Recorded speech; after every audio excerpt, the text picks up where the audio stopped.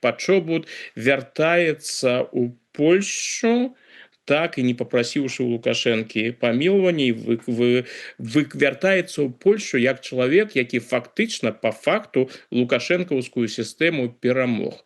Тыя планы, якія ў іх першапачаткова былі, яны з пачобутам яны іх рэалізаваць не змаглі. І тут узнікае пытанне: ну а што атрымаў Лукашенко?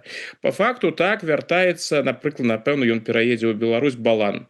Наколькі ён быў важным агентам і крыніцай інфармацыі для беларускіх спецслужбаў, пытанне адкрыта. Але гэта свайго кшталту прафесійная годнасць. Вось ён на нас супрацоўнічаў, ён з намі супрацоўнічаў, ён на нас працаваў, ён перадаваў інфармацыю, мы сваіх не кідаем, нібыта мы гэтага Балана выцягнулі.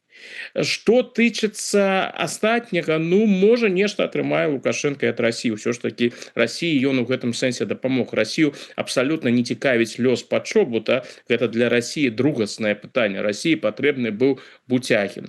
І з дапамогай Лукашэнкі, лукашэнкаўскага кроку па вызваленні Пачобута расіяне Буцягіна атрымалі.